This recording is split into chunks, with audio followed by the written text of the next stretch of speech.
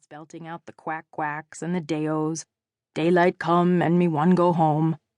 Somehow William was able to sing, and at the same time, even in travel, draw on paper tacked to a board across his lap. The artist making boy-type inky castles, tight lines, extreme architectural detail, the dungeons equipped with outlets and computer stations. Halfway across the state, my mother took the wheel, and soon after we both must have fallen asleep. "What are you saying?" She was speaking quietly to my father, but urgently, the blast of her tea, the incredulity in the word "what," the sound that woke us. We didn't move, both of us lodged against our windows, a little damp, a little drooly. "I want him to be able to carry on the business, Nellie," my father said. "To make it as easy as possible for him to keep going. You'd want him to do the same for me." "Carry on the business?" my mother said, leaning forward, her face practically to the dashboard. "As easy as possible for him?" she repeated. "You'd better pull over." "I'm not going to crash the car," my father said with deep apology in his voice. "I shouldn't have brought it up. We need a will, that goes without saying. I'm thinking out loud." "I just want to get it straight, your plan." "It isn't a plan. Your thought is to will the property and the business, every one of your assets, to Sherwood. To make it easy for him, the property that includes the house we live in."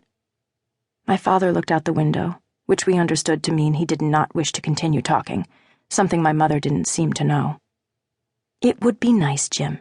It would be considerate, in the event of your death, to be able to remain in the house." She said that sentence so distinctly and sweetly, too, it seemed. "Nellie." "Just so I have it straight is all, so I can prepare. You're giving the whole of everything to Sherwood. And Dolly. Let's not leave Dolly out of the discussion. Imagine leaving Dolly out." She had to pause, stunned at such an omission. "If you're going to give the place up to them, I should probably start putting my spare change in a jar, so I have enough to care for our children, food, shelter, clothing, that kind of thing. A dime or two for college, in the event of your death," she added, her tone even more agreeable. "Our father dying?" William's eyes were narrowed in concentration. Our parents were having a joke, I thought, or maybe playing a card game. My father dying and his business partner and cousin Sherwood owning every acre? This funny, hard game, something like My Grandmother's Suitcase or I Spy. As for college, that also was ridiculous. William and I were never going away. "Aunt Florence and Uncle Jim passed down the farm to you and Sherwood and May Hill," my mother reviewing ancient history. "Yes, Nellie, all right. Let's not go into a tailspin. Let's let the funnel clouds settle elsewhere." "And so maybe you feel obligated to honor that history, maybe," my mother mused. "Sherwood would build me a house out of the scrap metal in the sheep yard. Imagine the house that Sherwood could make. No, this will be fun."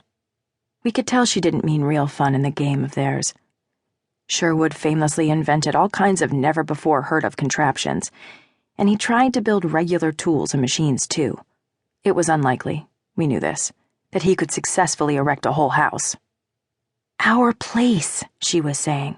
"Oh, Jim, it will have a laundry chute like a marble run, underwear, socks, washcloths, skating down tubes through all the lopsided, slanting rooms, kicking off bells and whistles before they land in the washing machine.